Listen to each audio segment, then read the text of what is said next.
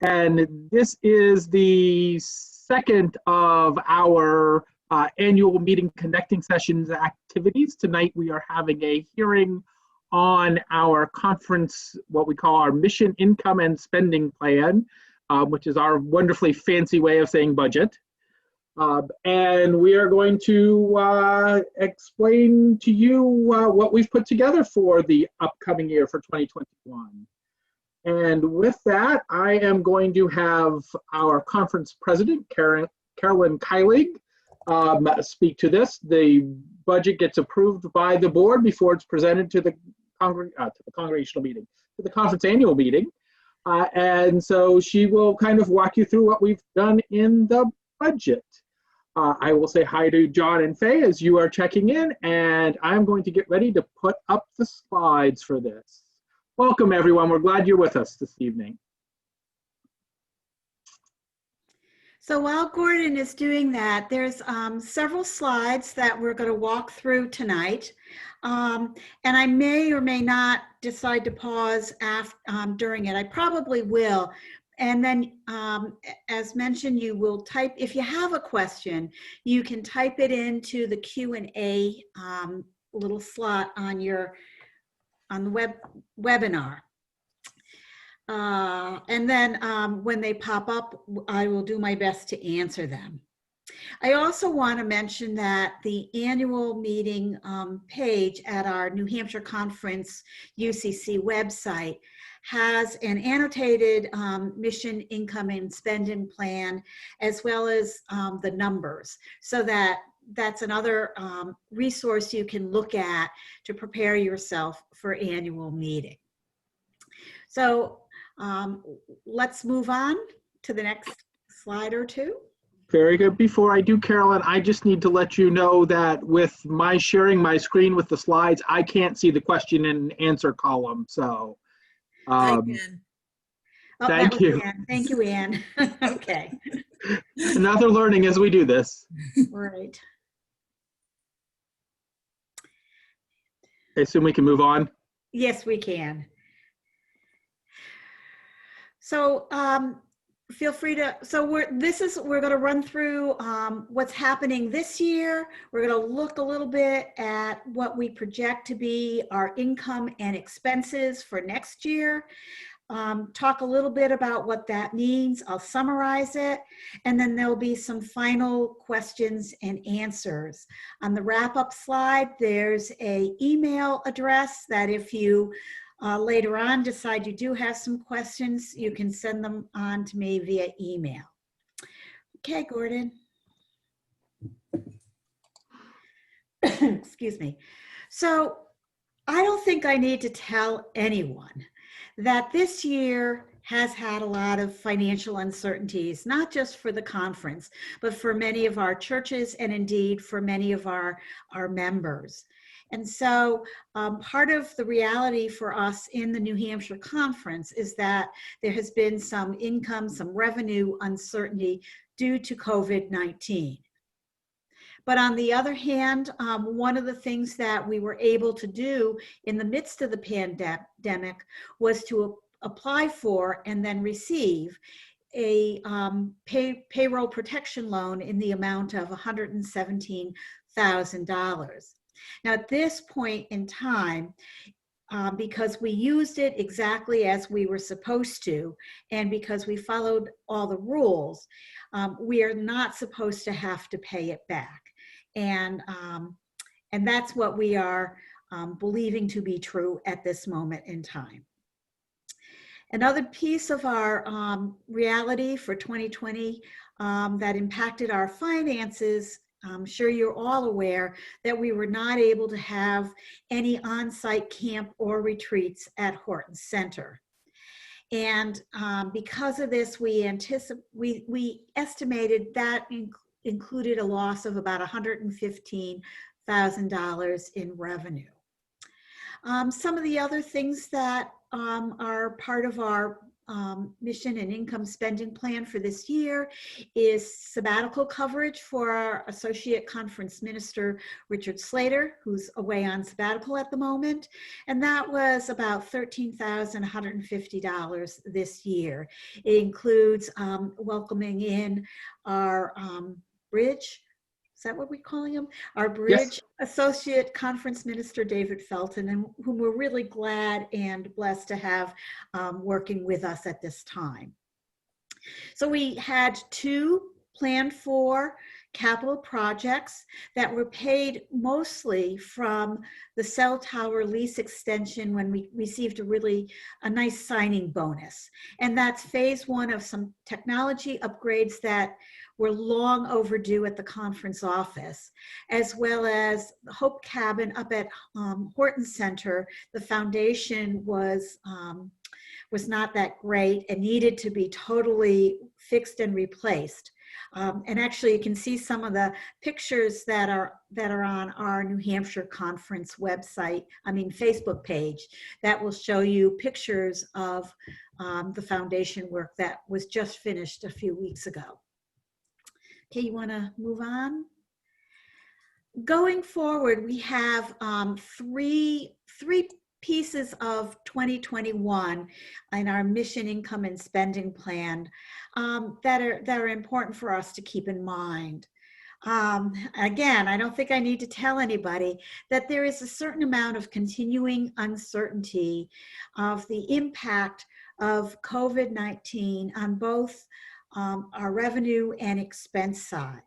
And because of this, and we asked our ministry teams to maintain their budgets at the 2020 levels. It was part of the board's process for developing a budget to bring to annual meeting that has changed from years past. We usually ask our ministry teams to work with their mission groups and to come up with some goals and some plans for what they'd like to have accomplished next year, and to come up with some aspects of what it would cost, and on both the revenue and expense side. We did not want to have to make all our hardworking mission group folk rethink all their programming in the midst of a pandemic. It just didn't seem fair. And so we simply asked our ministry teams if it would be okay to maintain their budgets next year at the same level as this year, and to which everyone agreed and understood. We also are choosing to build the Horton Center budget on the hope that we will be able to resume on-site camp in 2021, at least in some modified way. It really is our hope that this is something that is going to be able to go forward next summer. And I know many of us are looking forward to that. And I might add, it's not too early to sign up to be a counselor. And then there are also some expense savings due to the fact that our 2021 General Synod is being held virtually and not at Kansas City. And so there is much savings in that, especially in the area of travel, hotel, food. So that's another way that we were able to save money next year. You know what? I think I will ask, sorry, you want to, if there's any questions up to this point. There have none that have been typed in at this point, Carolyn. Okay, I mean, it's pretty straightforward. We're now going to look at what we're talking about for our revenue and our key considerations. So basically, the revenue stream is going to pretty much follow what it was this year. We're not anticipating that we will receive more of our church's wider mission revenue from any of our churches. We're not planning any changes in the dues, and changes would mean they would go up. We're not planning on that at all.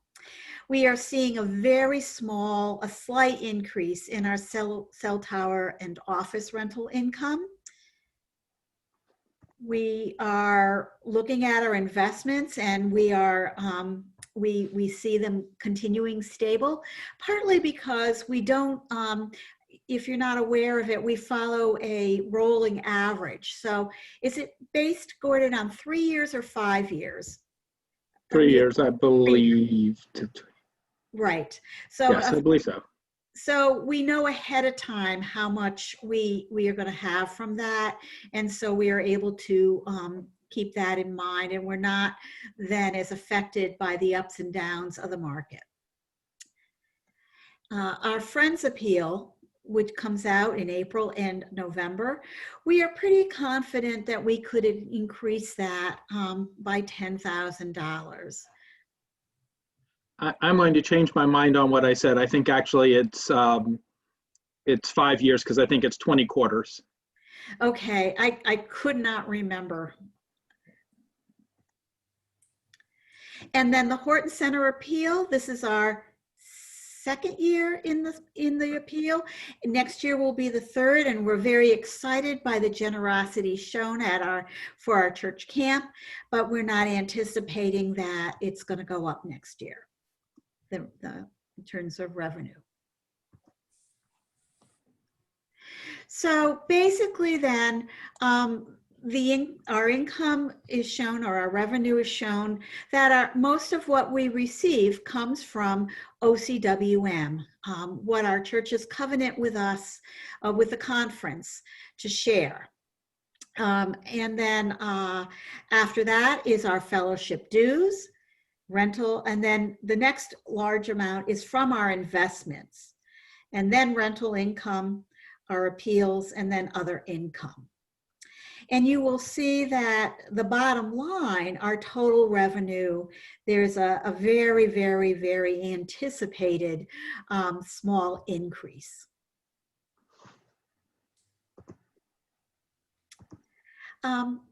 I'm just going to look to see if there's any questions or questions.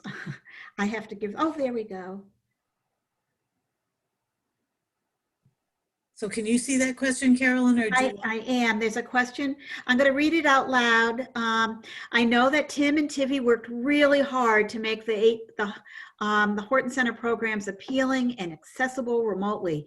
Was there enough uptake of the offerings, and was there income generated from them this year? And then there's, do you have the answer to that? Is that a question for me? Yeah, because I don't know that. Okay, yes, I can speak to that. Oh, sorry, so you're the only. One of the things that we did decide going into the summer was, knowing how much uncertainty there was in individuals' families' finances, that we were going to offer participation in HC at Home for free to all of our campers, which we did. We then turned around and tried to quote unquote fundraise to cover the expenses that we'd be adding by running the HC at Home program. And what we did for most of that is we approached the places from which we received scholarship assistance in the normal years to scholarship campers to go to Horton Center, and basically said, look, we're essentially scholarshiping every single one of our campers this year. Will you help support us by providing us some or all of the scholarship money you normally provide for that? Our expenses that were HC at Home expenses only, so expenses for summer staff, expenses for the kits that we mailed out to every camper, expenses for the increased technology and video services we had to use, ran us right around $10,000, and our fundraised income was right about that same amount. So it all pretty much broke even. What we still had to deal with as far as Horton Center is we have year-round expenses, and we didn't have the same revenue to cover those year-round expenses. So that's been the challenge financially we've been working with the Horton Center. You know, you still have to pay for insurance year-round and all those type of things. I have a couple of more questions. I believe my understanding of the question is, where are our investments? They are invested with, is it called, Gordon, the Connecticut, there's a word for it. They're with the Connecticut Conference. It's not with our, what's it called? I should know that. I'm not on the investment committee. So our assets are technically invested in the New Hampshire Conference Consolidated Investment Fund, which is managed by the Connecticut Conference Consolidated Trust Fund. So they commingle, they do all the managing for us, but technically we've invested it in our own fund. Our investment committee at the end of the day is making the major decisions regarding that. And those, I'm trying to think of what the company that they're actually holding is called right now. I can look that up later and answer the question. But. Right, and I have who asked it, and so if what you really wanted to know, if you know, not who is holding our investments, but what are they invested in, we can provide you that at a, you know, probably via email to let you know that. There's a concern that some churches might next year receive the same, that their gifts from members might be less next year. And will that impact their ability to pay the same fellowship dues? And so my fellowship dues is what we covenant with our associations and our conference. And it's what we give per person. And then beyond that, we also give through our church's wider mission, OCWM. And so at this time, you know, we recognize that while some churches have found themselves doing better than they thought they would financially, so I am sure there won't be an impact with them. Other churches I know have really struggled.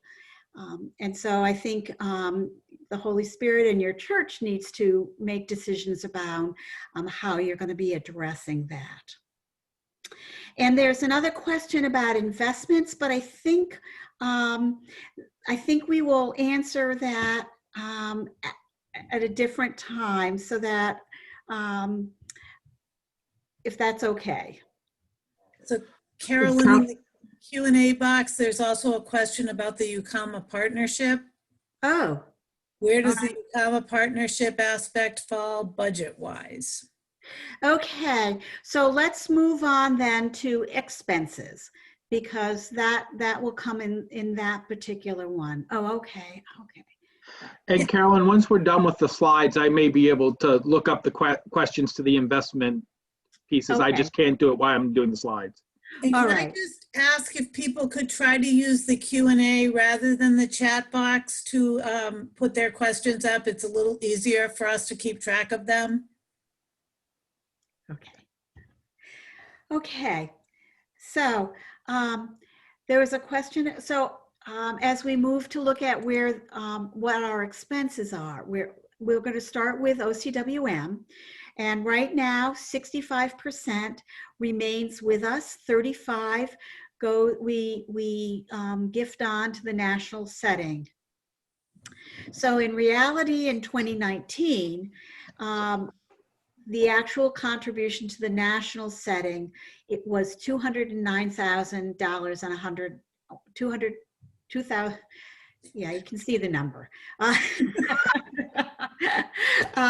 Our contribution to the national setting for next year is what we anticipate will be about what it will be this year. Of course, we never really know until the end of the year. But we did say that beginning with this year, when we move to a 65-35 retention ratio, that if the conference ends the year with a surplus, 50% of the surplus will be given to our national setting. In terms of our expenses, I've already mentioned that our ministry teams knew and planned for that their budget will be the same as this year. but you will see in the numbers that there is a slight change to the Christian Formation Ministry Team budget, and it looks like they're getting less money, but that's because it has to do with Horton Center, and that particular expense has been moved to the Horton Center budget. Our mission income and spending plan includes a 1.8% COLA increase for the staff. And as we look toward 2021, Richard will be coming back to us in mid-January. And so that's $1,850 is what we need for sabbatical coverage for the week or two he's away in January. And then finally, again, our expenses, especially travel, are going down, are not what we originally anticipated, because again, General Synod is going to be virtual. And so the next slide then will show you how our ministry teams look. And we don't have these broken up into what each mission group will receive, because that's actually a ministry team decision.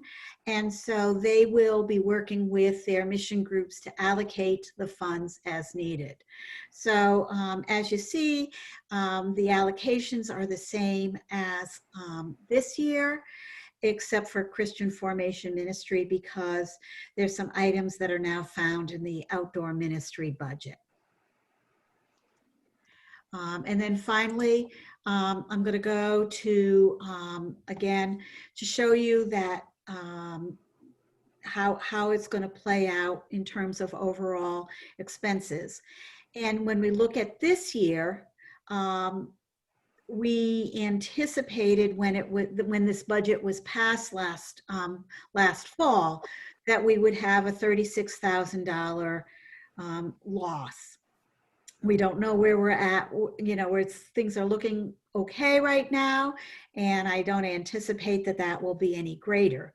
And for next year, we really are hoping for a balanced budget.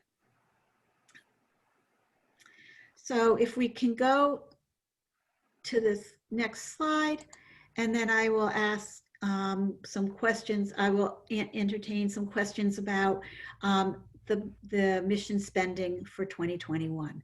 So our finance ministry team is continuing to work on the development of OCWM resources, as well as the Friends of the Conference and Horton Center appeals. I know their work was, like everyone's work, was made more difficult by the pandemic. And this goes to an earlier question, in that we really do believe that our Horton Center at Home and our HC at Church programs this year will result in increased camper participation, and thus continue to improve Horton Center's financial vitality. Tim and Tivy are doing have done and will continue to do very, very wonderful work on our behalf. Again, the 2021 mission income and spending plan is a balanced budget, but we don't know what the future is going to bring due to the uncertainty surrounding COVID-19. But what we can promise you is that we will continue to use all of our resources, whether they're our financial resources, our people resources, and our programs, to serve our churches as best as we are able. So at this point, I was going to suggest we might keep the summary up. Okay. Just to make it, in case people want to ask some questions about that. Where does the OCAMA partnership fall budget-wise? So the OCAMA partnership is under Wider Church Ministries. Is that what it's called? Yes. Yes, Wider Church Relations Ministry. And if you go to our New Hampshire Conference website, and go to the annual meeting page, you will see all the ministry teams and their mission groups described, and kind of gives you a very, very, very detailed on the incredible work that all these mission groups do on our behalf.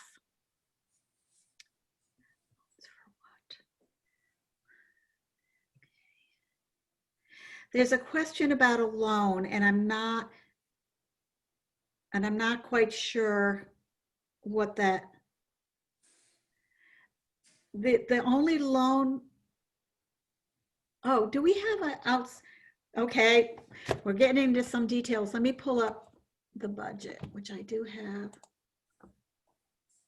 Nope. Let me go online. Do we have a loan payback? Loan for the conference center roof has been paid off. So the only loan payment at this time is for the Horton Center van. And it's for $1,310 for next year. That's the only outstanding loan. I hope that answered your question. A loan for about $1,300. Yeah, thank you. I'm just double checking. We paid off the conference roof a while ago, so we're all set on that. Okay. Okay, I'm not seeing any more questions and answers. I'm not seeing any more questions. Okay. All right, so I just want to make sure I'm not missing any. Oh, somebody is asking about the rental of our offices in the conference building. Is it now totally full? And the good news is the answer is yes. We reached that point at what point last year, Gordon?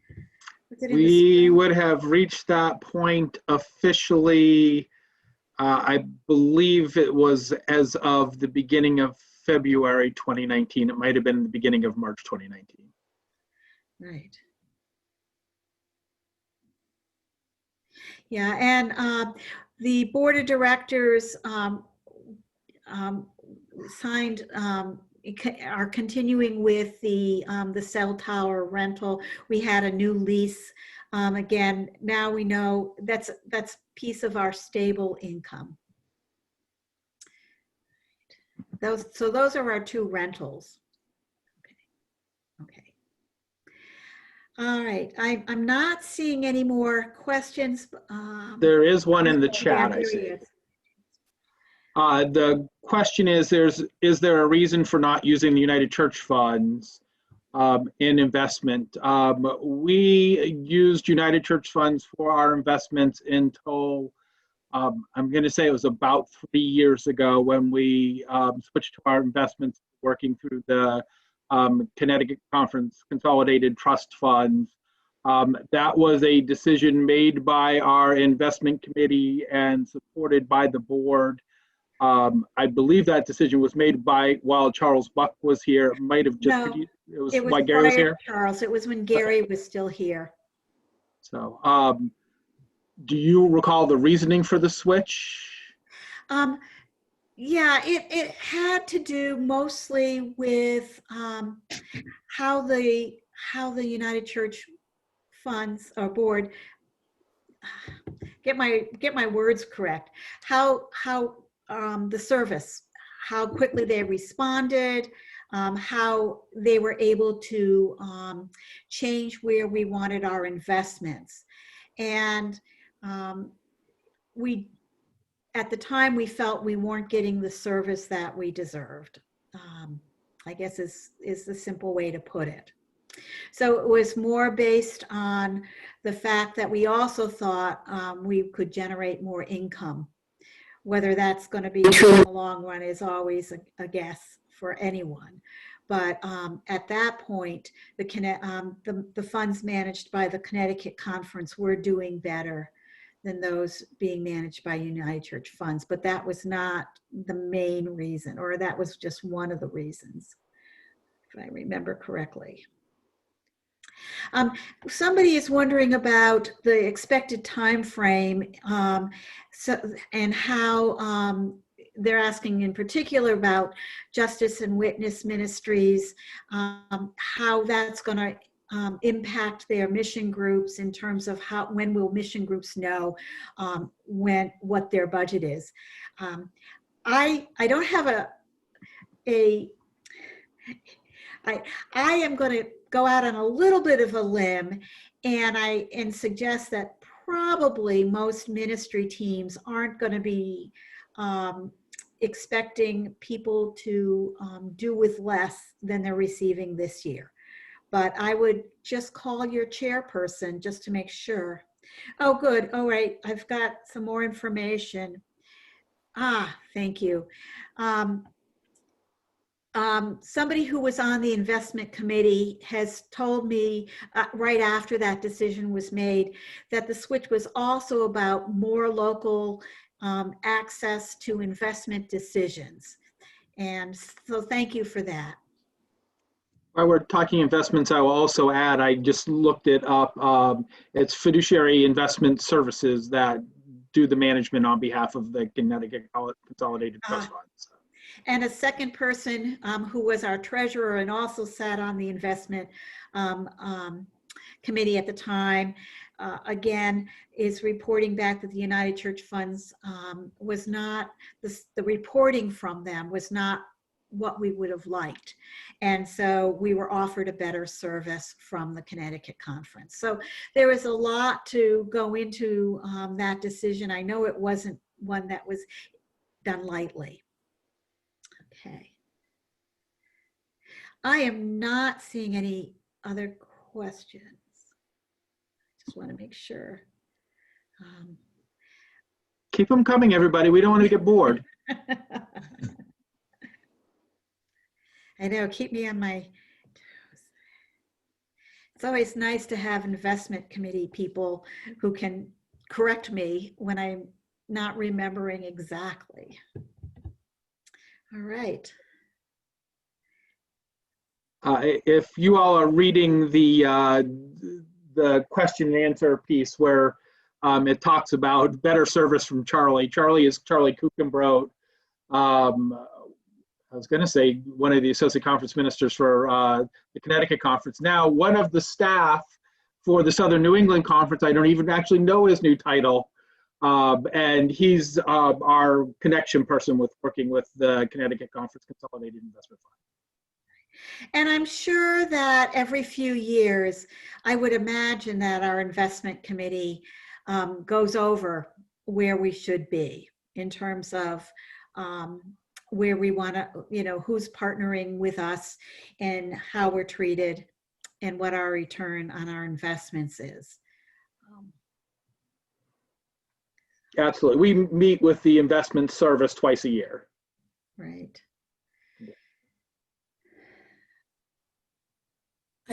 I see a question about how being virtual is impacting annual meeting participation. Okay. I can answer that to date.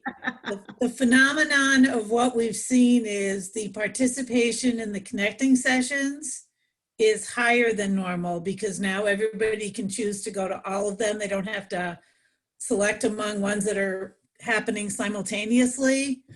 The overall participation is down a bit, but we have until midnight tomorrow to know the final answer. I see a question from John Hogue asking about the cell phone lease in Horton Center Conference Office. I'm assuming that's actually asking the question of the location of the cell phone tower. That is actually up at Horton Center, right on the top of the mountain, kind of out and behind where most of our camp facilities are. The amazing thing is if you know Horton Center, you only have access to Horton Center about half of the year because the roads are Forest Service roads and they don't plow them. So there's not access up there. And the cell phone company actually just takes snowmobiles up when they have to effect repairs and stuff in the wintertime. So they're able to make it work.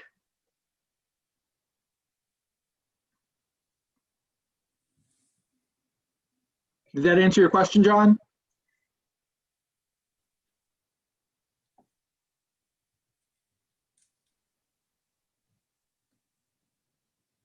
We'll hope so. All right.